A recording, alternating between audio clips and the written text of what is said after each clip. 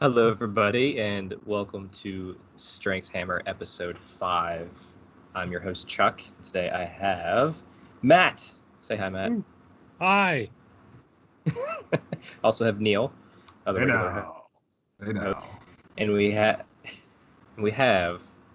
a Russian spy amongst us. Who's that? Where is he? Hello. It's you. Say your name. People don't know you. My name is Aleks, and I'm definitely not hacking all your guys' emails.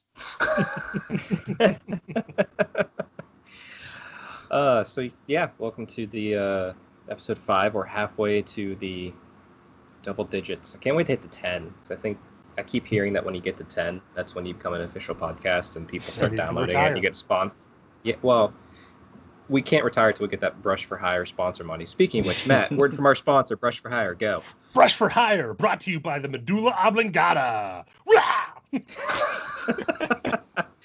All right. We'll hear more from our sponsor later in the show. Pay us, Sean. Pay us money.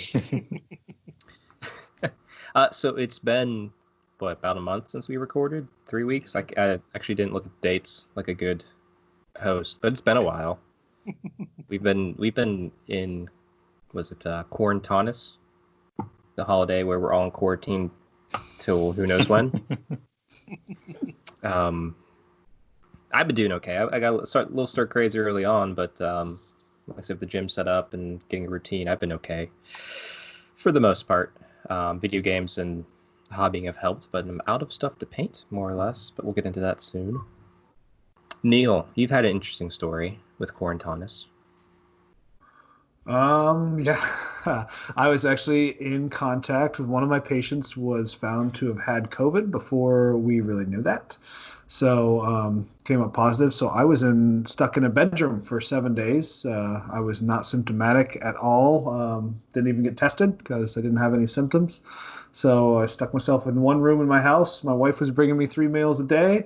And then after that 7th day where I didn't have any symptoms, I came out, just wore a mask for the next 7 days in the house. And I'm well and officially over with that 14 days. So no symptoms, and cross my fingers that we don't have to go ahead and do that again anytime too soon. So do you think that you had it and fought it off, or do you think you just have missed it? Oh, I could think a lot of things, but until somebody comes out with an antibody test, I could be Superman right now. I have no idea, I think there is an antibody test now, but probably good luck getting it at this point. Right, exactly. Very hard to come up. Matt, how have you been in quarantine? Or do you like to call? I was like, you like to call it normal everyday life? Yeah, for me it was a Tuesday.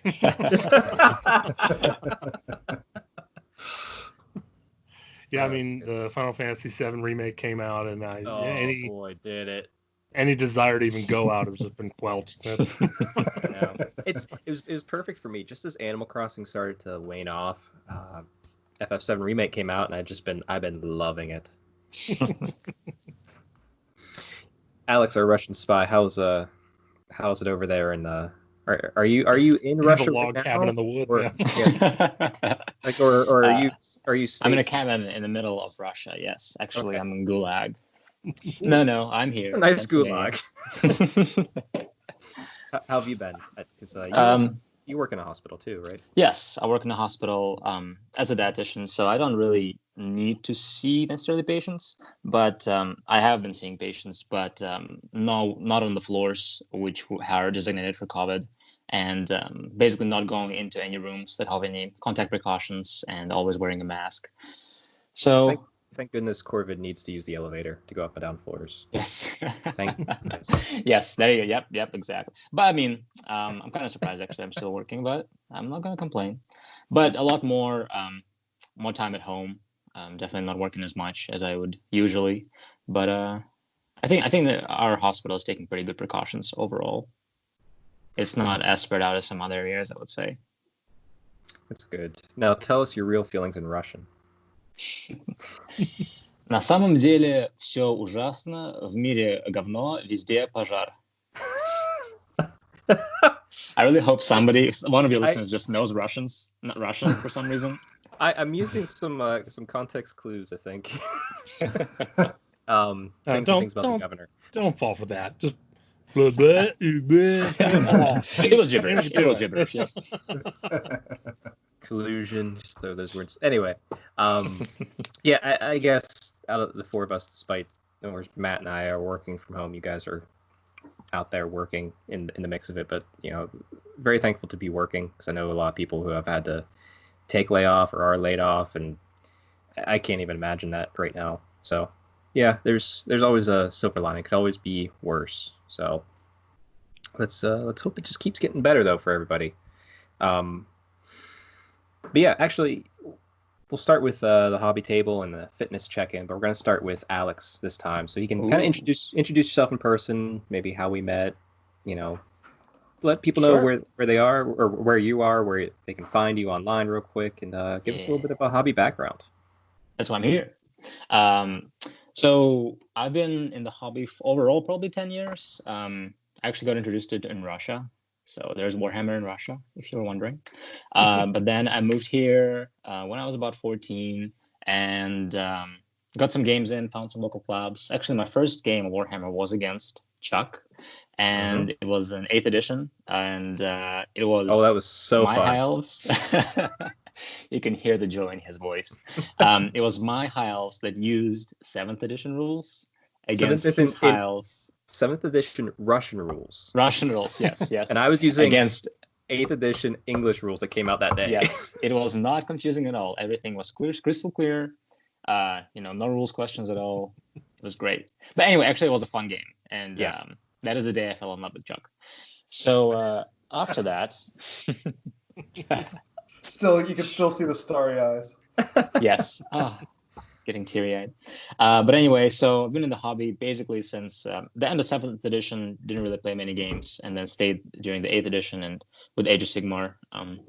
So currently I own 2 armies that are playable. So I have Skaven and Halflings that I use as Cities of Sigmar. So those are my 2 armies. And then I'm also working on putting together Slave to Darkness and Gloomspite Gitz. Just to be relevant.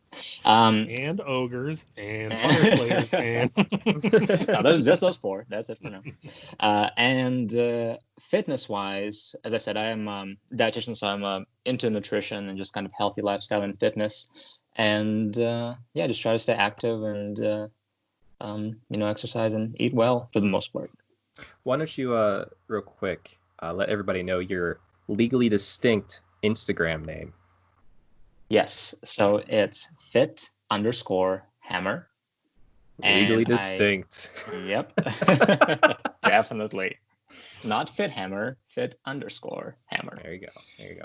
And yeah, I just post hobby content what I'm working on and exercise. And I try to have a good balance of exercise and hobby, not just one or the other.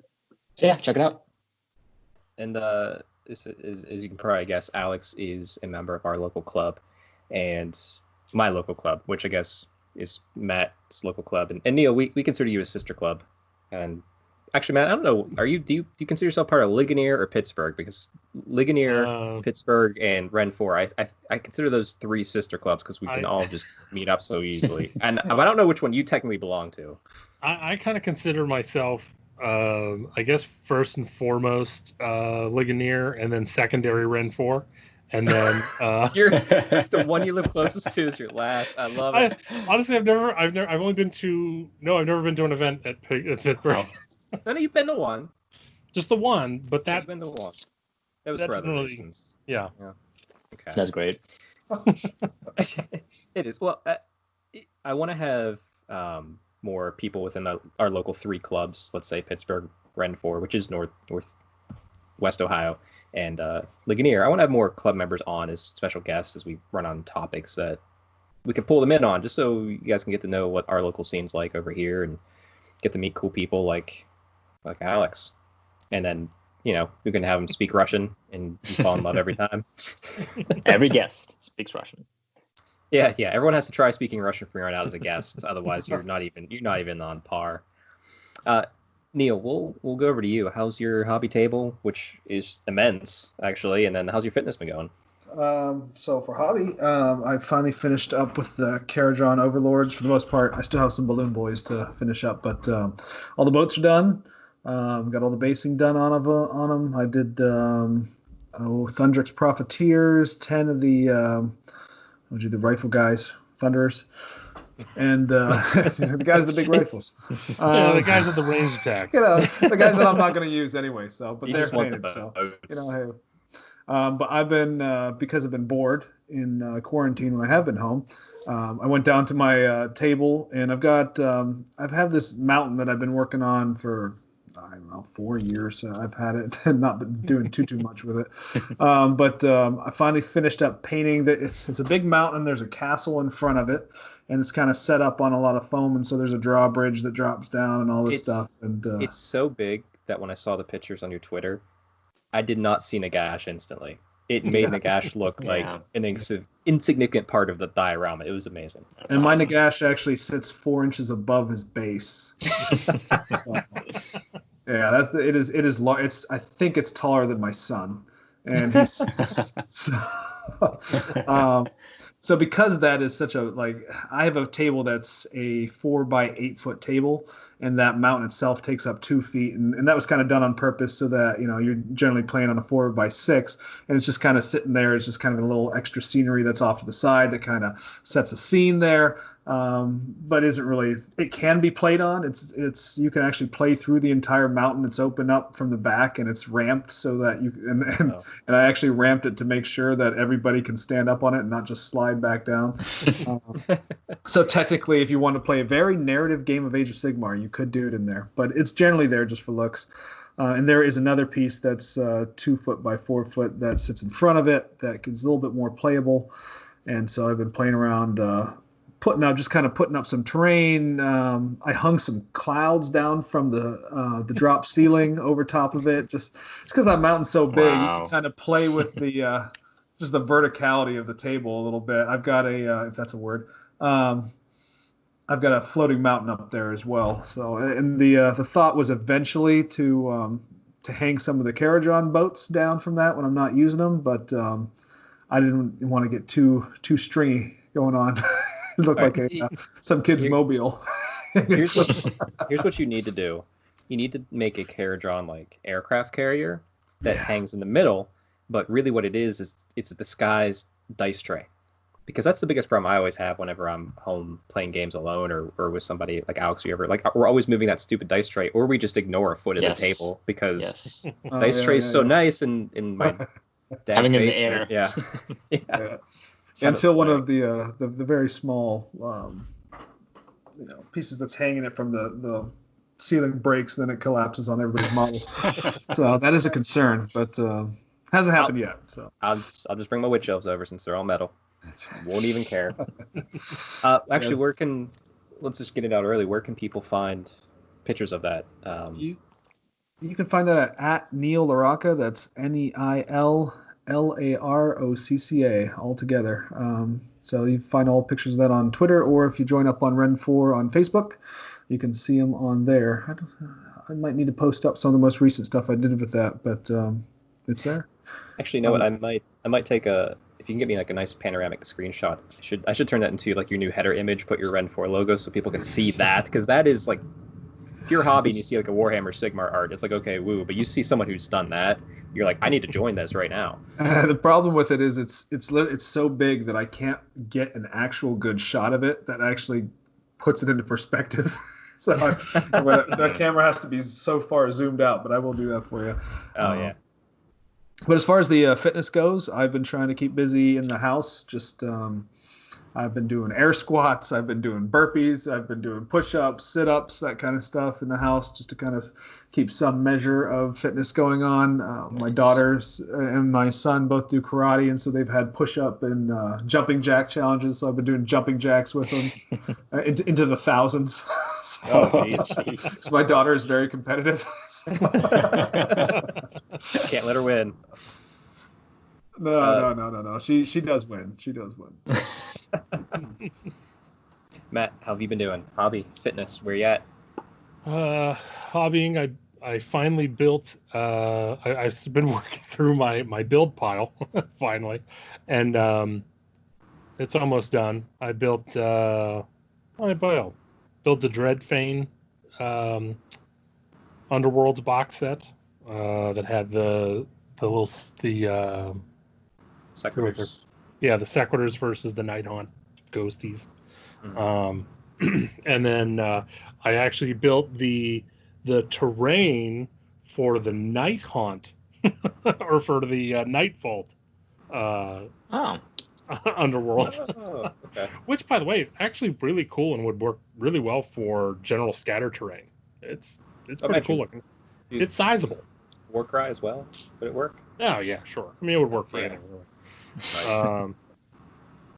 And the only thing I have, I think the next thing I have to build is my last 6 Middle Earth fiefdom Knights of Dol Amroth on mount. Ooh. Can't wait to. They're such terrible sculpts, but I love the models. Wait, terrible as in looks or terrible to build? Well, they're very old school, so building them All right. isn't. There's a lot of gaps, but and like the sculpts are that face that unless you're a top tier painter, just looks like garbage. So You have to see. yeah, I'll tell you, most Middle Earth miniatures, when painted, don't look very good. But if you get a top level painter like Brush for Hire, it looks phenomenal. Like I look at some of these and I'm like, I have that model. It doesn't look like that. Yeah, I have one of my first painted models is a Rivendell elf archer. I still have it unpainted, and the rest I took to my local game store, my shop owner Norm. He's a professional painter. I just had him paint them. I do manual labor for him, and he paints it. No, it's gonna stay forever as my over here where I'm pointing. Actually, no, we're gonna do video now, so I can point. People can see. Yes. Wait, you're posting this? Dang it! Yeah, I'm gonna post this. I'm just Your hair looks fine. You're gorgeous. Yeah, I always want to leave that as like my first painted model, just to always have that reference point. So, but what about your fitness? You're not getting out of this that easy, Matt. Oh no, That been going well? Lose any more weight? No, I've been kind of holding steady. We're doing a lot of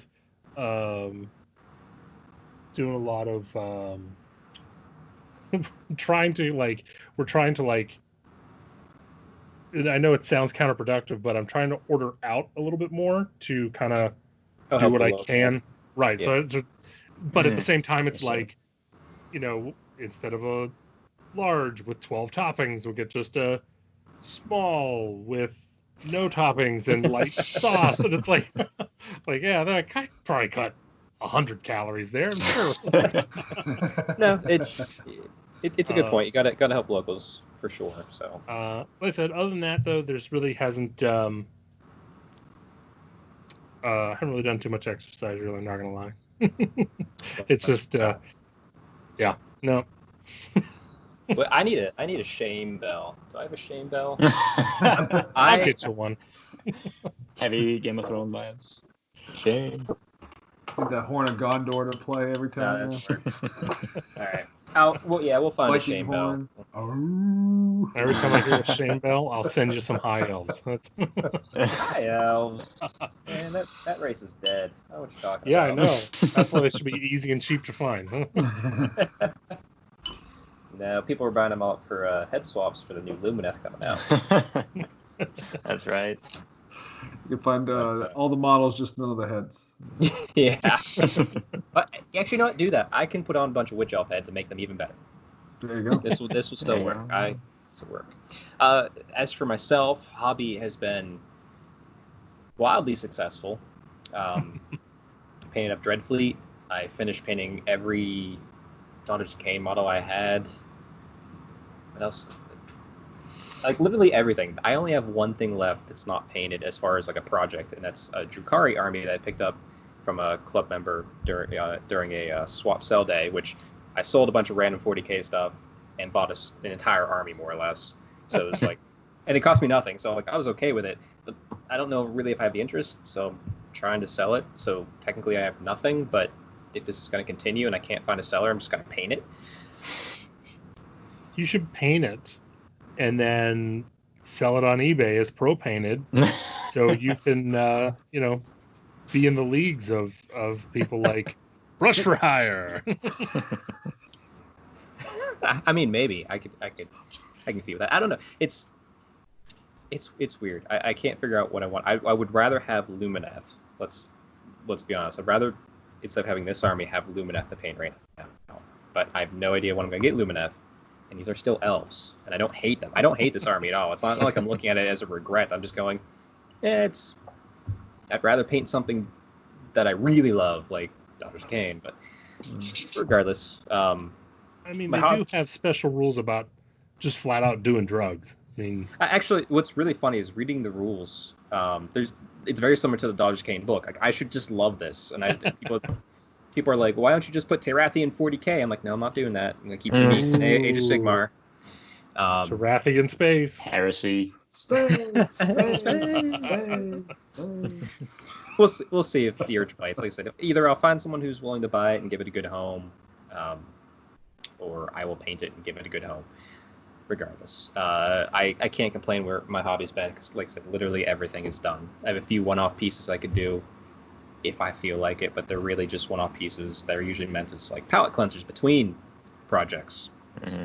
So, well, now that we're on the topic of 40k, okay, which is a quick jump to Henry Cavill, or however you pronounce his name, Cavill. Yes. Henry Cavill. I don't know how to pronounce his last name because we're just like brothers since we both have Custodian armies. Yeah. What do you plan to do, Strengthhammer, to bring him over to the AOS side? We're gonna get an exclusive interview. Boy, you know what? I haven't planned for it, but I guess what I'm gonna do is I'm just going to I don't know, grow a mustache and then have someone CGI it off me in a better way than his was. I don't know if insulting the man's the best way to go. No, actually, I think I would love to see Superman with that mustache, because he had a really nice mustache. Let's be honest. Yeah. It was very nice. dad-like. Yeah. There are no nice mustaches, but you had the Hogan during your shave. The Hogan was good. Yeah. Hogan was good. No, actually, it was really cool to see, because I mean, when The Witcher came out, he's like more and more like coming out that, like, he's a nerd. He likes nerdy things. And it wasn't just like Vin Diesel. Oh, I play D&D. Yeah, no, you don't. You bought a D6 once and opened a D&D book, and now you think you play. But he actually cares about video games. He cares about stuff kind of in the nerd culture, and I think he is British, correct? Yes. Yeah, so like that would explain where Warhammer came from, because I think everyone over there knows it. But since it's kind of becoming more mainstream, that's just like another push. Like someone who's famous and great movie star like himself doing it is only going to help push the hobby. So I think it's cool. I want him to post more of his hobbying. Like, let's see your army. Let's do it. But what you should do is you should get a picture or paint a Stormcast and then Photoshop the head of the Custodes that he painted on the Stormcast and tweet him. Listen, if somehow in some universe, which it could be this one, weird shit's happening in this universe, so who knows, that I get to play a game against Henry Cavill, and he's like, I want to play 40k. These Dark Angels, or maybe these Drukhari, are going to go up and lose to his Custodes because I'm playing Dark Angels or Drukhari. But yeah, no, I think that's really cool. Ooh. Oh yeah. What's that? I propose that every time we talk about 40k on this podcast, I get to say space, space, space, and we just put that in every time. You bring out your bell of shame. Yeah. You get a tuba of shame. I have a trombone. I can have a trombone of shame, guys. What are those World Cup things? The Vuvuzela. The Vuvuzela. There it is. That's the Vuvuzela of shame. We need the thunder sticks too. That's right. Yeah. As for my fitness, let's go there. It's been going great. If you check out my Twitter, Strengthhammer _ or Instagram of the same name, or Facebook, Strengthhammer, A couple weeks ago, I put up about a week's worth of at-home workouts, all body weight stuff. That in my mind was like, oh, these are pretty easy. Let's do them. And then people are just like, Chuck, we're dying here. I'm like, okay, keep doing this. You won't be dying next time. But no, actually, a lot of people have done it. It's been kind of fun. But I'm also not a personal trainer of any type. So I was just doing what I was going to do. And then I did it. And then some people might have done it with me.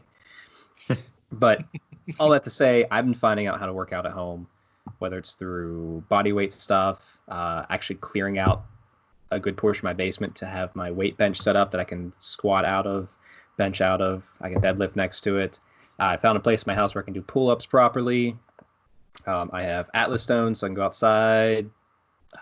Today I busted out Dance Dance Revolution. I haven't played since in a while. Like I Matt, you'll know this. I played it all the time in high school. I loved it, and you get some good cardio, and it's really good agility workout. So I was struggling, but I might just incorporate that in a couple times a week as just some fun extra cardio to trick myself to do even more work. Yeah, see, back before Aleks was born, I was actually really good at DDR. Wow, you're ancient. Yeah. But it was my old save file, so like whenever I got there, it's like, all right, go to heavy, which I can't do all the songs in heavy anymore. But I look at max 300 and like Suguru and Sakura, like all those songs, and if you play DDR, you know what those are. And it's like, oh yeah, here's double A, double A, double A, and I'm just like, oh, I can only get an E because I said it's not fail on those songs. Need to bring it down. But yeah, fitness hobby, everything's going pretty well. I wish it was warmer out. That's my one complaint right now. Because if it was warmer, I would take my weights outside, and because that's one thing about my basement. As I think Neil, you might not have seen my basement in person, but I am the perfect height for my basement. I can stand up in it. Well, one else. If you've seen Silence of the Lambs, if you remember the well scene, then you've seen his basement. Well, no, actually, in the well scene, at least he could overhead press. Yeah, See, but imagine. Imagine. Don't expect a high five. It puts the lotion on its skin. Slightly below average high five is what we do around in this basement. But I want it to be warm so I could just take my weights outside and do some overhead pressing, because I've been really wanting to do overhead pressing. And overhead pressing, standing and sitting are very different exercises. So anyway, I'm complaining about it not being warm despite the fact I'm having a great time. Sorry. So today's topic is going to be a new kind of a recurring type of show that I kind of want to get going. And I'm stealing the idea entirely from the Independent Characters, which is a 40K podcast that it tricked me into listening to some of it. They do a recurring show called Show of Force, where they talk about a codex, which is a battle tome for 40K, and they choose favorite parts about the army to talk about why do you want to play this army. And I really love those, except for the fact that you go away wanting to play that army really badly because it sounds so cool. So I thought I would do that with Age of Sigmar, because I don't think anyone ever really does it, like at least in that type of format. So I'm going to call it Warpaint, because I can't think of anything better as far as like a reoccurring title. So if you ever see the word Warpaint and a army name, that's what's going to be about. So this episode is Warpaint, Gloomspite Gitz. Rocks. Goblins, little green men. And yeah, we're doing it because, well, Neil, Matt, myself, none of us have a true passion for this army, I guess, per se. It's, we don't hate it, but it's not our army. That's why we brought Aleks on. He plays this army. He knows this army. And if we screw up this format with this book, the three of us won't care. This was terrible. and frankly, the Goblin and Gitz lovers out there, they love this regardless. So no matter what we say, you don't necessarily play this army to win. So I get the feeling you don't play destruction to win. You play destruction. Yeah, to just that's fair. Be destruction. Yeah, shenanigans. But yeah, so we're gonna go over, I guess, starting with the overall lore of the army. But before we do, Matt, can we have a word from our sponsor, Brush for Hire? Brush for Hire. Sometimes you feel like applesauce. Sometimes you feel like a baked potato. Other times you just want your army painted. Brush for Hire. Those are so random. I'm not gonna lie, you had me in the beginning. Let's look close again. Yes. So, Brush for Hire. So, to begin, and we'll let Alex, we'll let you kind of maybe help lead this beginning part for us. But who are the Gloomspite Gitz? You know, who are they? What are they? Where are they? Why are they? Like, where do they get all those robes? And why do they have so many of the exact same? They should be naked, honestly. Where are they getting robes? I don't know. They don't have sewers. They steal everything. We need to figure out where they get that same entrance to their cave everywhere across the Mortal Realm. How no one sees same them. exact one. Same exact one. That's just painted differently. We forgot. But yeah. But Alex, who are the Gloomspite Gitz? So they are grots, goblins, like we said, slightly less than humanoid creatures, usually green, and they worship a deity called the Bad Moon. So basically, everybody hates the Bad Moon because it makes you kind of go mad. But goblins basically get an erection when they see it, and they get really excited. So they worship it.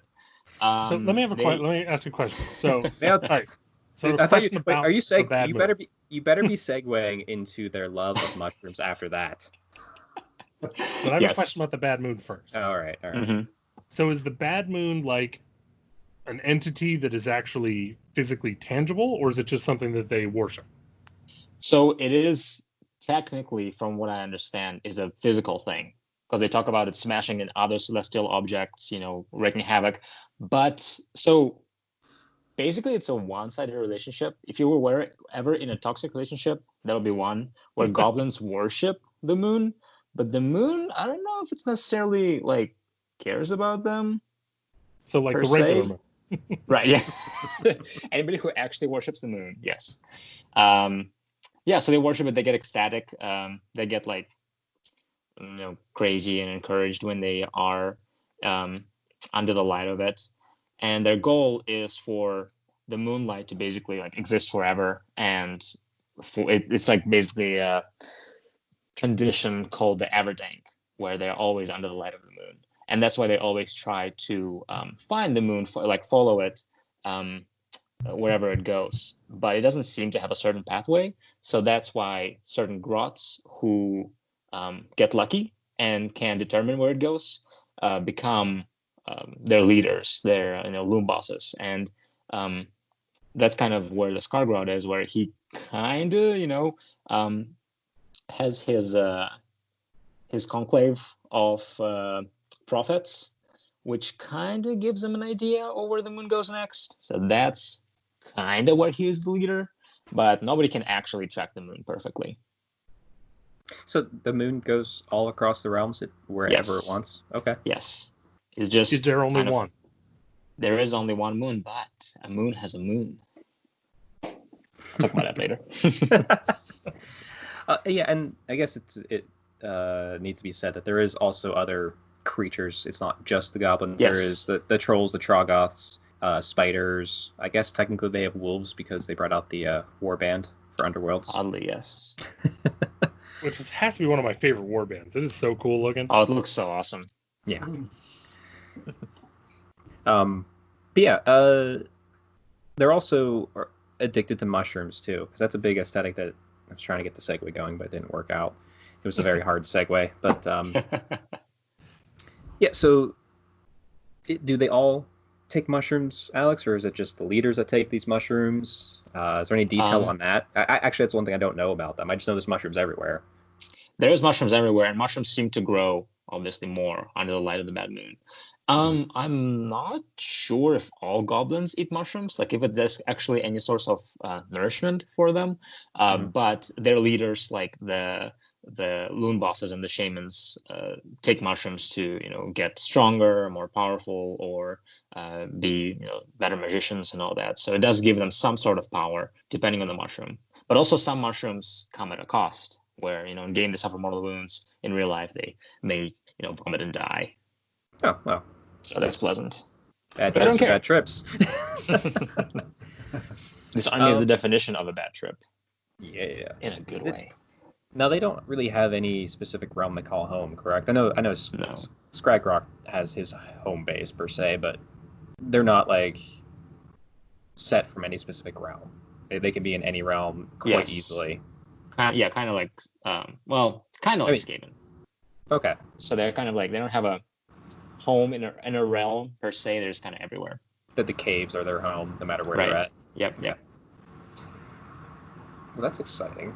They reside in dark areas because they don't like the sun. They're kind of like the opposite of the moon. Which actually will lead into my favorite unit. I love that unit.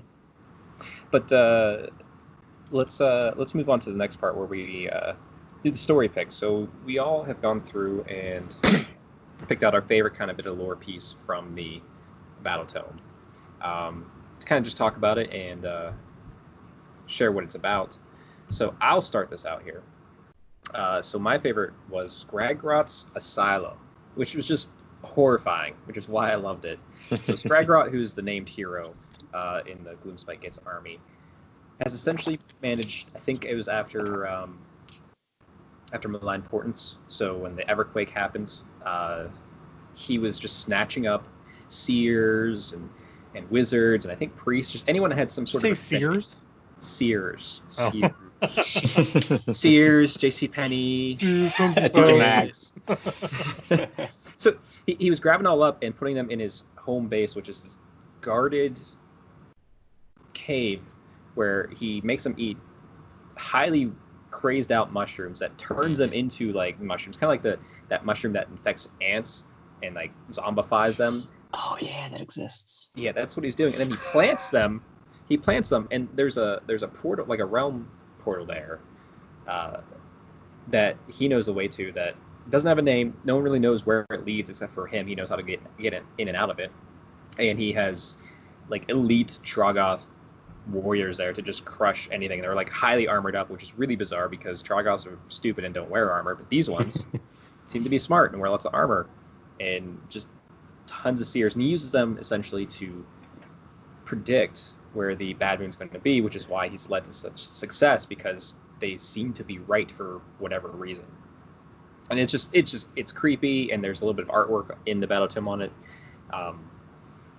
Yeah, I just thought it was so cool when I read that. I'm like, if I was to do an army for this, it would definitely have Scragrot, and I might even try to do armor on some Troggoths to have him as like an elite bodyguard. I just love the idea of that play, and that would be a display board. That would be a nightmare, but it'd be so fun.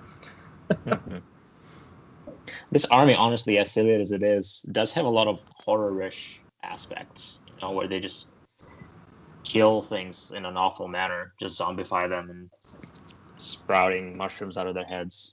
Yeah, and like the white eyes, and it's just yeah, anyway, let's I think Neil, you chose something that was slightly less horrifying. Depends on how you look at it. So this we talked about the bad moon, and so this little piece of lore basically talks about what happens when the bad moon does come across an area, and so it actually like sends out these meteorites of what's called lunestone that can be very small or very, very large. And so they can be the size that could actually be a rocky mass the size of a mountain. They can obliterate fortresses when they come down. And so the lunestone, what I think is interesting about it is itself. I mean, it does have magical properties, but what it relies on is whatever realm it is in at that particular moment. It soaks up the magical energies of that realm. And so that's one of the properties of it. The Grots get, they try to get to the moon as fast as they can whenever it does appear, and they try and carve off pieces of this lunestone and wear it around their necks, and it makes them kind of like paranoid, basically, because it can tell them whenever there's devious thoughts around, it glows. But because the goblins themselves or grots themselves are so devious, it's just constantly always glowing. so it just kind of makes them like these like paranoid maniacs, which is just amazing. The other thing that it can do is it soaks up the Wa energies of neighboring orcs And so when they're going into their big Waa's, they can kind of steal some of that Waa energy and put it into the Loonstone to sometimes very good effect or sometimes a very bad effect for them. So you can either like steal the Waa and turn the Grots into their own like little Waa, they call it, or they just wind up just detonating, one of the two, which is always fun, especially in game terms. So.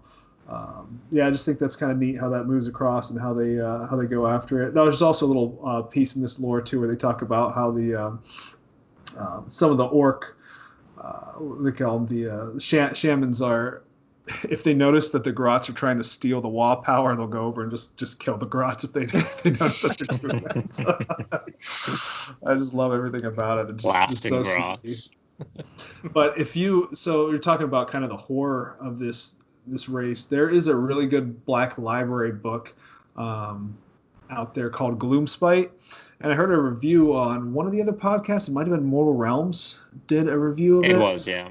Yeah, they did a really great review of it, and it just the Bad Moon plays a pretty prominent role, and you just really get a feel for just how nightmarish. Like, I mean, it's a goblin, it's a grot, right? It's small, it's diminutive. Like on its own, it's not a scary thing at all as far as what the mortal realms could throw at you. But this really puts into perspective just how creepy and just how horrific some of the things they do is. So, I'd highly recommend that book for anybody who's interested in learning more about it. Yeah, that's really nice to see because, like, 40K again. Space. The one complaint I always hear in 40K is that everything's so Imperium focused, whereas in Age of Sigmar we've never had that. There's short stories about Daughters of Cain, obviously stuff about Stormcast everywhere, but the fact that there's a goblin book means that there's an author out there that said, hey, these little grots who are a caricature of a caricature, I want to write a story centered around them. It's like, this is really cool that we have that within our fandom of Age of Sigmar. So yeah, good shout out with the book recommendation. Do you have anything else that you want to say about the Loonstones? I think that's about it. Aren't there shrines, loon shrines, made primarily out of a loonstone? I think I heard that, but... So maybe that they look the same because they're just chunks falling off the moon and that's where they make their entrances to caves? That seems like it, but... I'd buy that. We'll go with that. I've heard it somewhere, I think, but I don't know if I read it anywhere, so it's just in my head. Ignore that. I like headcanon. Do it. Well, Matt, what do you have? What's your lore pick? The one that I went with was a little story called Scrappa Spill. And this was really interesting because it talked about... it talked a little bit more about like the kingdoms, because most of the time it's basically a random grot will go, I'm the king now. And then like he'll be king for a month and then everything will boil over and he'll be killed. And so this is talking about the one kingdom that is actually lasting called Scrappa Spill. And so essentially what happened was this is where Skragrot, the self-proclaimed king of the Moon clans, or the Loon King, as his war scroll says, that's where he reigns. And so basically what happened is this was an area where it was a bunch of orcs. Is it orcs or urooks? I think it's orcs. Just kind of say it so it sounds like orcs. I like orcs. I prefer that, but I don't know. But anyway, so they're fighting Order, and the ones that they actually end up saying is Fire Slayers and Free Guild, and it's not a Grot Kingdom at all. However, whenever the Necroquake happens in Shyish and grows across this area, essentially all of the dead from the countless wars in this land that had happened for eons all of a sudden got up and started murdering everybody. And And so essentially what happened is the Grots saw their opportunity and just started murdering all of the leaders. And so while this was going on, the area darkened, and it doesn't say why, but it says moisture formed and glistened on every surface, extinguishing fires and spoiling even the best stored victuals, which is a very good word, by the way. And all of a sudden, fungi just started growing rapidly, increasing the strength of the Grots, making them unstoppable. And then, of course, then on top of that, the Bad Moon showed up to help pushing everything completely in their favor, because you had the regular Grots, the Spider Riders, the Troggoths, everything showed up all at the same time, all at once, and just pushed everything out. So I thought that was a really interesting story to actually have there being an actual kingdom that the Grots are in control of. Yeah, it's really interesting. I mean, it's nice because you can take your army and place it there if you want. So you have that chaotic destruction, but you also have a little bit of order destruction if you want, I guess, in a weird way. It's fun. Well, Alex, why don't you bring us home on this segment, because you're talking about the main star himself? Moon. He's the moon. The Bad Moon. The Bad Moon. So I am going to talk about the Bad Moon and the lore of it. So nobody really knows how it, appeared. So it's kind of it's not really a god, but it's a, I know how it appeared. God. You know how it appeared? Yeah. Let me see if I got this right then you can correct me, because this is my half understanding. So when the Morsalib, the Warpstone moon from the old world, shattered into the planet, destroying Lustria, this is the chunk that remained of it that wound its way into the Chaos realms and then appeared in the mortal realms after a set period of time, and that's what it is. Is that in the book? I thought that's what I've heard. Okay. That's what I wrote in my live journal. That's what they say. That's a very solid explanation, though, for how it actually came to be. Because everything I read is just what we think the moon is as Grots. Okay. But, all right, well, since you are the resident Grot, and I interrupted you. Much pressure. Like the elf I am, because I have to feel like I'm right. Tell us what the Grots think the Bad Moon is. So there's multiple different schools of thoughts, right? So one is that Gorka Morka himself, which is a true god, basically saw this moon. He's like, wow, that's a big moon. I'm going to climb up and bite it. So he bit it, but it was too hard for him. And basically he broke his teeth. They got stuck in that moon. He felt owie and, went away. So it basically beat Gorka Morka. So there you go. But it had his teeth stuck in the moon, and that's kind of corrupted the regular moon, just a big moon, and made it the Bad Moon. And now it's just crazy. That's why it's so crazy. Another theory is the Spiderfang Grots think that it is the egg sag of the god beast, the spider god, and eventually it will, hatch, and swarm of spiders will go across the realms. So there's a couple of the thoughts where it might have came from. I haven't seen explicitly where it described where it came from, but the thing is known that it is a true lunar body, right? So it's just kind of rampaging across the realms. But the thing that does is a fact is that Bad Moon possesses its own strange satellite, and that's why I talked about the moon that has a moon. And some Grots, I'm just going to read it out because I'm not going to do a good enough job. Some Grots believe this to be the Bad Moon's excitable pet squig. Others say it's Gorka Morka's mace, or perhaps his fist, always swinging wildly to smash other celestial bodies out of the way. Others claim that the Bad Moon itself is Gork's head and the satellite Mork's, or perhaps vice versa.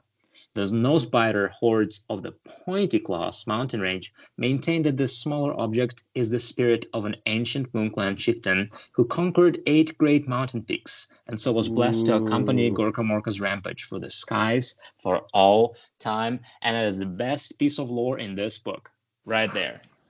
You freaking Skarsnik. You're throwing down Skarsnik, who took took out the 8 peaks during the end times, and there's a old time dwarf fan in Matt and a new dwarf fan in Neil here. So I'll let you guys fight that out. Mm-hmm. Fight me. But no, he is awesome, and I love Skarsnik, and so just the fact that it alludes to him is pretty awesome. Yeah, I still love that in the lore, and maybe you guys can chime in on about it. But I love that there's these little bits in the current lore that throw back that in no way mean anything or will shape anything that's going on. It's just for the old nerds like us to go, hey, I get that reference. Yep. Yeah, it's awesome. I love it when that happens. Maybe we should maybe it's a future show topic. Oh, yeah. Find all the old world Easter eggs. Ooh, yeah. That'd be we'd have to get a lot of help for that, but I think that'd be a worthwhile endeavor. But well, next up, the next major segment of this show is we did the same thing with a unit or hero or war scroll, whatever you want to call it, that we're gonna go through. But before we go on to that, can we have a word from our sponsor, from Neil? Neil, can you give us a brush for hire, our sponsor? Brush for hire. What are you, a bunch of peasants? Get brush for hire to paint your models. Nice.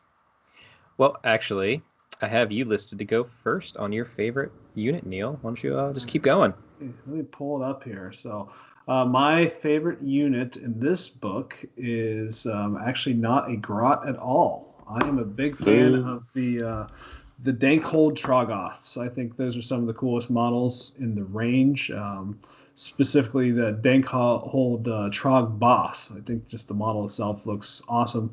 I am, as you can tell from me wanting to build all the big ships and everything from Caradron, I'm a bit of what Magic players call a Timmy. I like the big stuff. I like the big stompy stuff. So that's where I like these guys.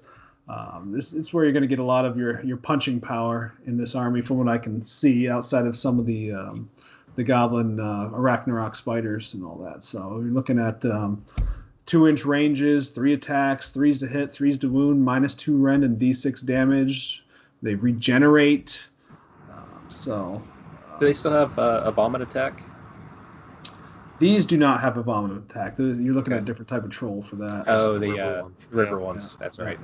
Yeah, Fellwater Troggoths. Mm-hmm. That, I think. But yeah, so just Troggoths in general. If I was to make this army, it would definitely be an all trolls army. In my true fashion, it would not work.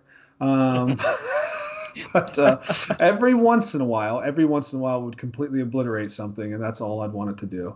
So, yeah, Dankhold Troggoths. What I'm curious, because Troggoths can go any color, really. What kind of color palette would you use on them? Zebra stripes. Yeah, probably some color shift